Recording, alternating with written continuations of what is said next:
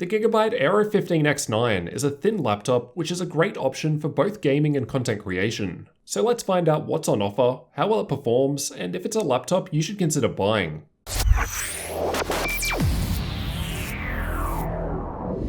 These are the specs we're dealing with. A 6-core Intel i7-8750H CPU, 16GB of memory running in single channel, NVIDIA RTX 2070 Max-Q graphics, a 15.6-inch 1080p 144Hz IPS screen, and 1TB NVMe M.2 SSD. For network connectivity, we've got killer gigabit Ethernet as well as Wi-Fi version 5 with Bluetooth 5 support.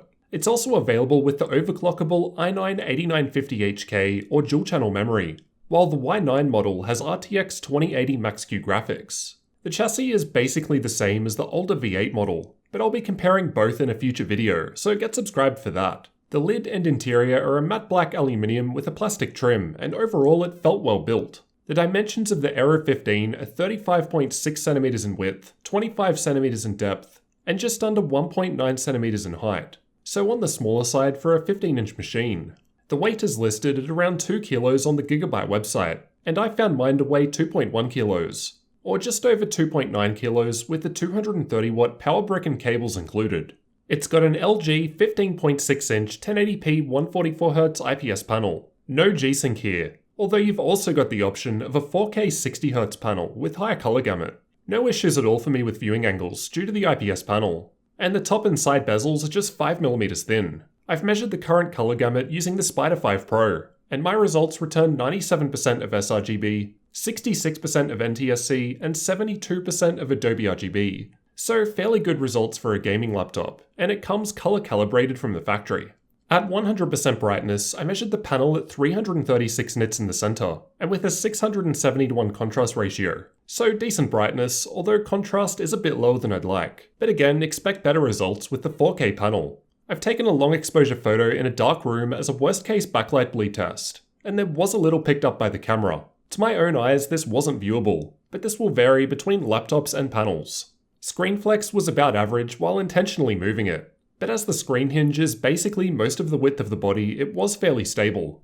It can easily be opened up with one finger, demonstrating a fairly even weight distribution. It sat on my lap fine. The 720p nose cam is found down the bottom in the center. The camera quality looks alright, aside from the up the nose look, and you can see your fingers while typing. Otherwise the microphone sounds pretty bad. The keyboard has individual RGB backlighting and can be controlled through Gigabyte's Fusion software, although the AI feature will also control it. For instance, if you open a particular game, it will highlight the keys used in the game. The lights may look flickery on camera. That's just due to the shutter speed of my camera. In person, they look solid. Gigabyte told me that the keyboard is the same one used in the previous V8 Aero laptops. However, I haven't had any issues with this one so far. No problems with typing, and here's how it sounds to give you an idea of what to expect. There was a bit of keyboard flex while pushing down fairly hard, but this wasn't an issue at all while typing normally. Overall, it felt fairly sturdy. The touchpad felt extremely smooth to the touch and worked well. The new Aero 15 laptops use precision drivers rather than ELAN like the older model, which is great. No need to manually update. Fingerprints show up on the matte finish, but as it's smooth, they're easy to wipe off. On the left, there's the Ethernet port, USB 3.1 Gen 2 Type A port, HDMI 2.0 port, USB 3.1 Type-C port with DisplayPort 1.4 support, and 3.5mm audio combo jack. On the right, there's an SD card reader, USB 3.1 Gen 2 Type-C port with Thunderbolt 3 support, two USB 3.1 Gen 1 Type A ports, power input, and Kensington lock. There's nothing on the back, as air is exhausted below the screen, so you probably won't want to close it while docked for best cooling.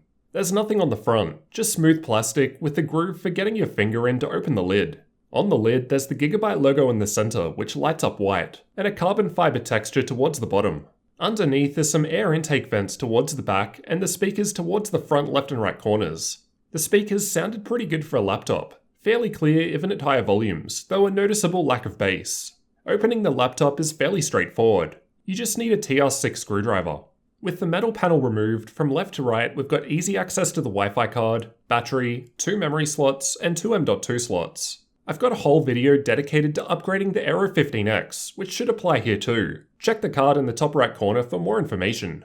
Powering the laptop is a large 94 Wh battery, With a full charge and just watching YouTube videos with the screen on half brightness, keyboard lighting off, and background apps disabled, I was able to use it for 6 hours and 15 minutes. The Intel graphics were in use thanks to NVIDIA Optimus, giving a very nice result for this test from a laptop with this hardware. While playing The Witcher 3 with medium settings and the frame rate capped to 30 FPS with NVIDIA's battery boost, it lasted for 1 hour and 35 minutes. However, the frame rate did drop to unplayable levels 55 minutes into the test, with 37% battery remaining, but it went back to 30 FPS after a bit, but then was back to unplayable levels at 20% remaining until 0. I'll also note that I never saw the battery drain while plugged into the power with the 230 watt brick. It seems to be adequate for the specs in my unit. Thermal testing was completed with an ambient room temperature of 24 degrees Celsius, so expect different temperatures in different environments. Also keep in mind there are heat pipes shared between processor and graphics, so a change in one component may affect the other. I'll also briefly talk about Gigabyte's new AI feature that comes with the V9 Aero laptops, so the new ones with RTX graphics. There are two modes, AI Edge and AI Cloud. AI Edge processes the data locally to make the best decisions in terms of what to change, like fan speeds and power limits, while the AI Cloud setting will send data to Microsoft and get the best settings for the workload based on other user-submitted data, so I'm expecting it to perform better. Otherwise, all other tests had the AI disabled unless stated otherwise. Starting down the bottom of the graph, at idle, the temperatures were on the warmer side as the fans were basically silent. The gaming results were tested playing Watch Dogs 2, as I find it to use a good combination of both processor and graphics. The stress tests were done by running the Heaven benchmark and the 8064 stress test at the same time as a worst-case scenario. The CPU was undervolted by minus 0.12 volts, as denoted by a UV on the graph, and the graphics overclocked with a 90 MHz boost to the GPU core. I'll also note that out of the box, the X9 was overvolted by 0.01 volts. In every single other test, the CPU was thermal throttling at 90 degrees Celsius, as shown by the blue bars, while the 2070 Max-Q graphics was thermal throttling in most tests, anytime the green bar was at 86 degrees Celsius.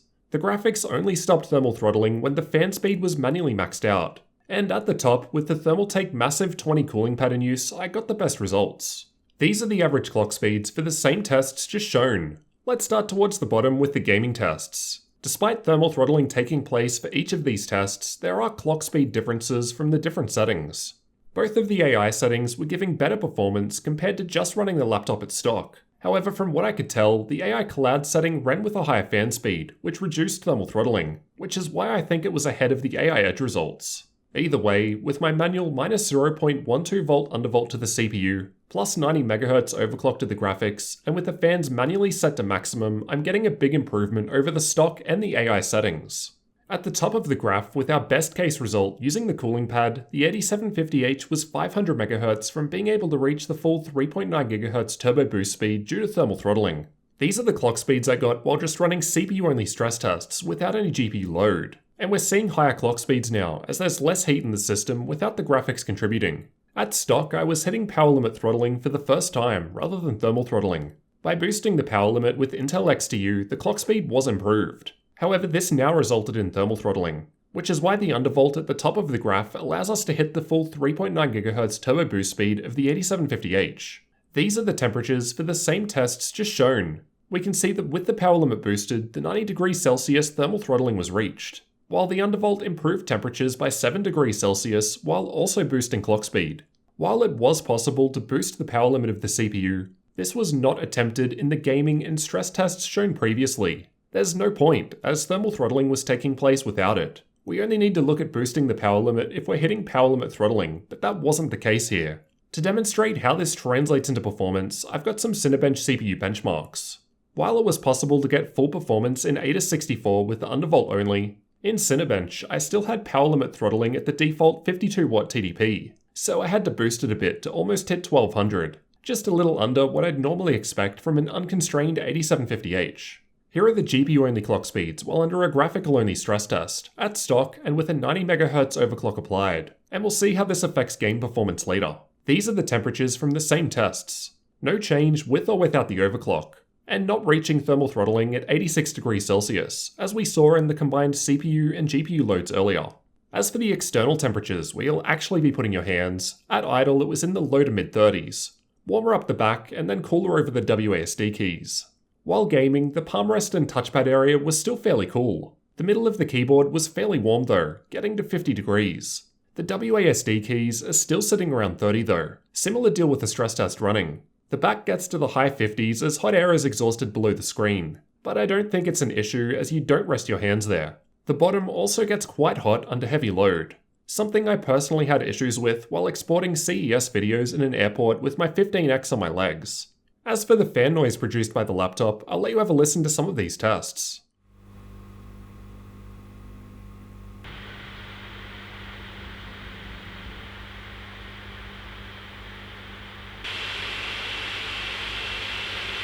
At idle, it was almost silent, and then while gaming and under stress test, the fans at default were actually very quiet. Much quieter than most other similarly spec'd laptops I've tested. With the fans maxed out, it was quite a bit louder, now about the same as many other laptops I've tested. And as we saw earlier, the fan boost improves CPU and GPU clock speeds by a fair bit. Overall, my Aero 15X9 is a hot machine. Although at stock, the fans aren't actually that loud, and as we've seen, performance is negatively affected as a result. And this is with the i7-8750H and 2070 Max-Q. The Y9 is available with i9-8950HK and 2080 Max-Q, so I'd be interested in seeing how that goes in the same body.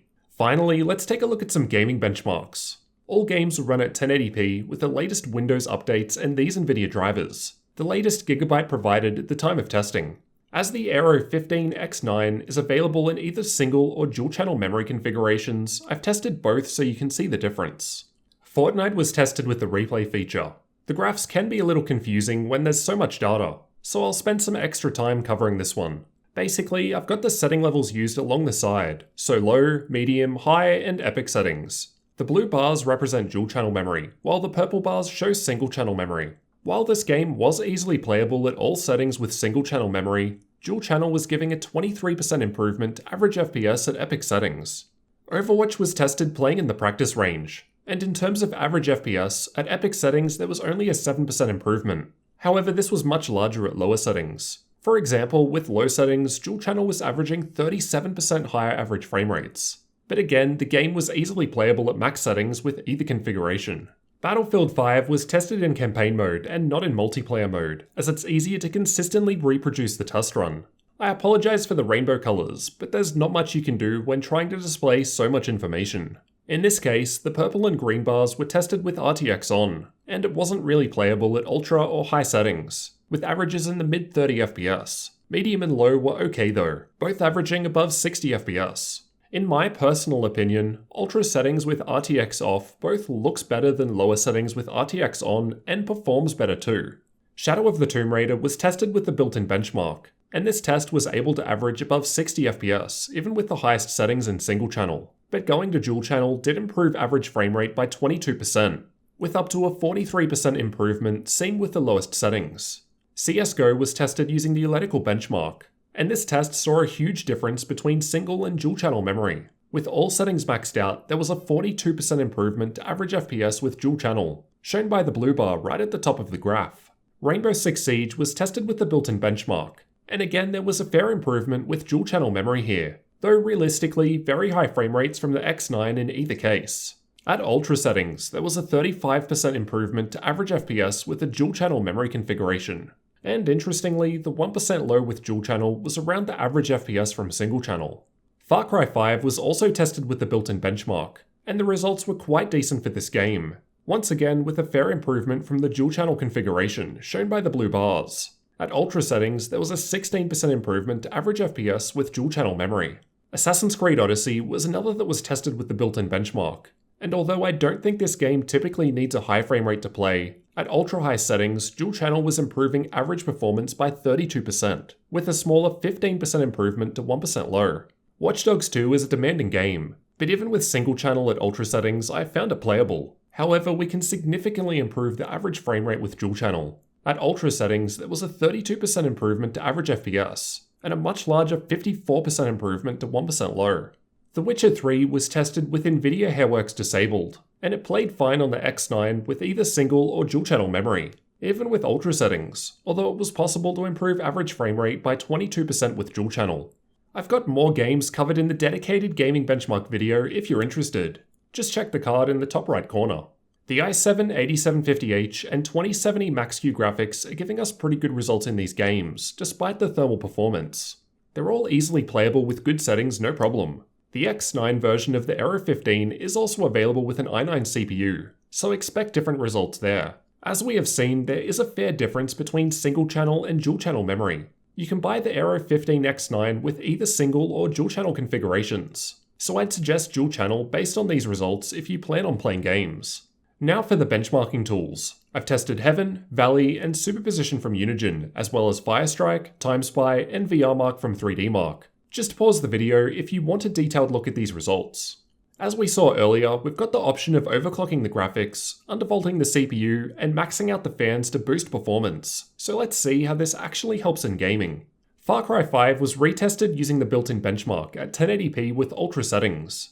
Down the bottom, I've got the results purely from running the laptop at stock. Just above this is with the fan set to full speed, which gives us the second best performance. The AI Edge and AI Cloud settings are giving better performance compared to stock with the default fan, but simply setting the fan to full speed was enough to provide better performance, as it helps reduce the thermal throttling. Finally at the top, once the CPU is undervolted by -0.12 volts and the graphics overclocked by 90 MHz on the core and 400 MHz on the memory, with the fans at full, we're getting the best performance, not surprising. I think manually tuned settings will always win. I didn't personally see much improvement with the AI feature.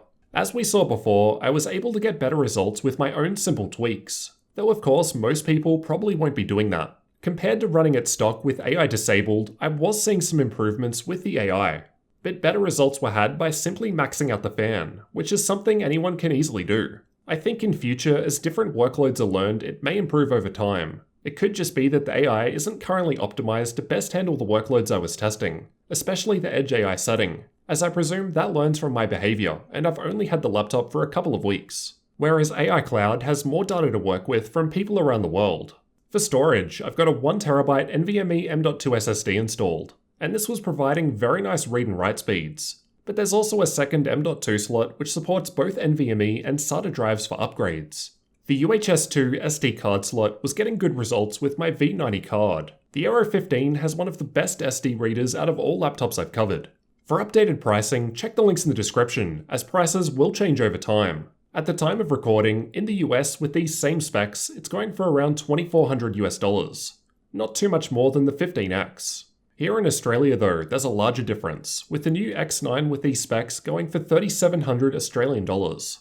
So what do you guys think about the Gigabyte Aero 15 X9 laptop? Overall, like the last generation, I think it's a nice machine, but it does get hot under heavy load. The webcam is still in a bad spot, and you're paying more for RTX graphics, which still don't have many available games.